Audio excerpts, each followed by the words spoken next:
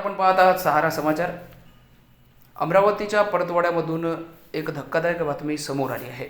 शहरातील मोहम्मद अयाज मोहम्मद तन्वीर नावाच्या युवकाने अनेक तरुणींना प्रेमाच्या जाळ्यात फसवून ब्लॅकमेल करून इच्छा नसतानाही लैंगिक अत्याचार केल्याचा गंभीर आरोप आहे। जे प्रकरण आहे ते समोर आलं आहे।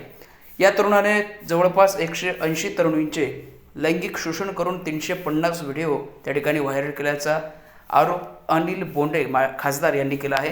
या प्रकरणी तात्काळ पोलिसांनी SIT स्थापन करावी। संध्याकाळपर्यंत पोलिसांनी गुन्हे दाखल करून आरोपींना तात्काळ अटक न केल्यास बुधवारी SP कार्यालयासमोर आंदोलन करण्याचा इशारा बोंडे यांनी दिला आहे।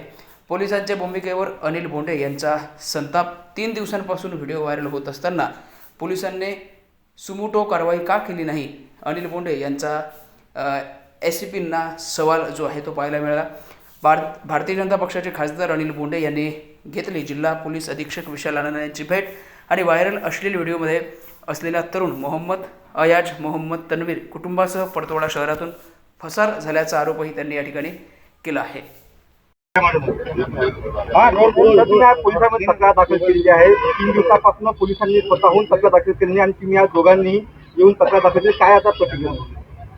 अमरावती जिल्ह्यामधल्या परतवाडा इथे अतिशय धक्कादायक प्रकरण घडलेलं आहे। एक मोहम्मद अयान आणि मोहम्मद झोयान या 2 माहीत असलेल्या मुलांनी साधारणतः 350 अश्लील व्हिडिओ आणि फोटो व्हायरल केलेले आहे आणि ते सगळे हिंदू मुलींचे, बहुतांश हिंदू त्याचप्रमाणे अल्पवयीन मुलींचे फोटो आहे, व्हिडिओ आहेत आणि या व्हिडिओच्या माध्यमातून ते मुलींना ब्लॅकमेल करतात, जीवे मारण्याची धमकी देतात, पैसे उकळतात आणि वेश्यावृत्तीकडे सुद्धा ढकलतात।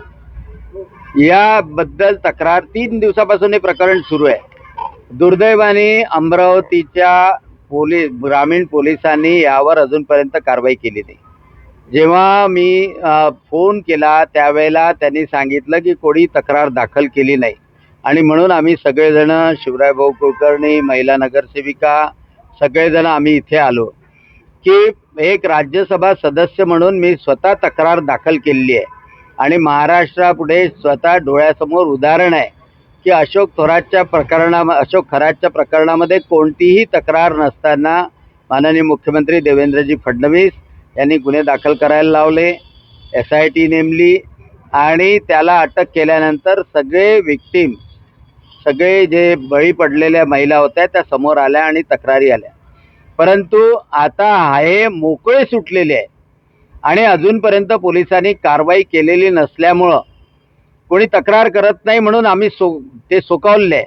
मुक्तपणे त्यांना वाटते की आपल्यावर कारवाई होत नाही आणि म्हणून आज आम्ही तक्रार केली आणि त्यांना सांगितलं की ही सगळी संघटित गुन्हेगारी आहे। संघटित गुन्हेगारीच्या अंडर अल्पवयीन मुली आहे म्हणून पोक्सोच्या अंडर आणि त्याचप्रमाणे अश्लील व्हिडिओ हा सातत्यानं प्रसारित करतोय, त्याच्यापासून मुलींना ब्लॅकमेल करतोय, त्यांच्या जीविताला धोका निर्माण होतोय। त्यामुळे सायबर गुन्ह्याखाली ताबडतोब त्यांना अटक करण्यात यावी। त्याच्या किती हे जाळं विणलेलं आहे म्हणजे एका चिखलदऱ्यासारख्या ठिकाणी किंवा परतवाड्यामध्ये त्या मुलींना नेऊन हॉटेलवर अश्लील प्रसंग घडवून त्याचे पूर्ण डॉक्युमेंटेशन केलं जातं, पूर्ण व्हिडिओ केले जातात आणि म्हणून अतिशय गंभीर प्रकरण या परतवाड्यामध्ये सुरू आहे। म्हणजे लव जिहाद तर होतच, पण त्या माध्यमातून अशा पोरांची टोळी असे प्रकरणं करतात आहे। यामध्ये मुस्लिमही मुली आहे आणि हिंदूही मुली आहे। परंतु पोलिसांनी या तक्रार नाही म्हणून जर का कारवाई केली नाही तर हे मोकाट गुन्हेगार अतिशय ताकदीनं सुटतील आणि यांच्यावर धरबंद राहणार नाही। म्हणून आज आम्ही सगळेजण आलो। आज आम्ही संध्याकाळी 7 वाजेपर्यंत वाट पाहणार की पुन्हा त्यांना अटक होते की नाही आणि SIT इथे याच्यावर बसते की नाही संपूर्ण याचा नायनाट करण्याकरता, आणि म्हणून आज इथे आलो आणि आमचा हा लढा सातत्यानं या गैरकामाच्या विरुद्ध सातत्यानं सुरू राहणार आहे। कारवाई जर नाही तर काय पुढची भूमिका आहे? तुम्ही अल्टिमेटम पोलिसांना दिला आहात? अल्टिमेटम पोलिसांना दिला। उद्या भारतरत्न बाबासाहेब आंबेडकर यांची जयंती आहे।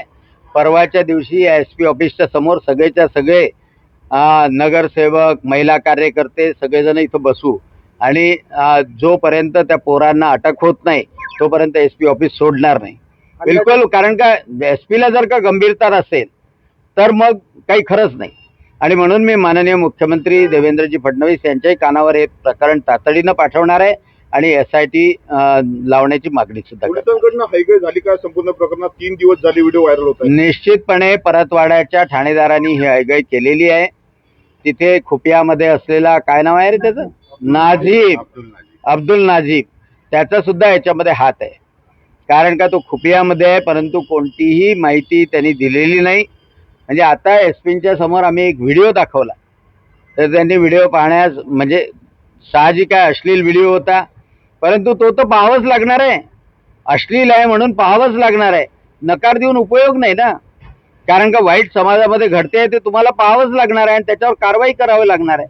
आणि म्हणून ते सगळे व्हिडिओ आम्ही पेनड्राईव्ह करतोय आणि त्या पेनड्राईव्ह पूर्ण SPला देतोय. किती अंदाजे मुली फसलेल्या आहे? साधारणतः असं अंदाज आहे की 180 मुली यामध्ये इन्व्हॉल्ड आहेत.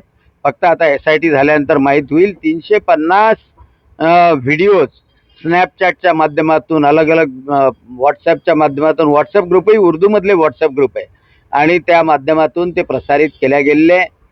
आणि आता ह्या मुलींचं, कारण का हे सगळे बाहेरही यायला नको, हे सगळं थांबायलाही पाहिजे, त्यांची बदनामी व्हायला नको. आणि म्हणून अशा मुली जर आल्या समोर तक्रार द्यायला तर निश्चितपणे त्याची गोपनीयता सुद्धा पोलिसांकडून राखल्या जाईल, याचीही काळजी घेण्यात यावी. त्या मुलींना संरक्षणही दिलं जावं. आणि असे जे मुलं आहेत गुंड, अयान आणि फयानसारखे, अयान आणि झोयांसारखे, यांच्या मुसक्या बांधल्या गेल्या पाहिजे. ते आतमध्ये राहिले पाहिजे की पुन्हा हिंमतच अशी करायला नको. नाही तर मग त्याचा बंदोबस्त आम्हाला करायला सांगितला तर तोही आम्ही करू.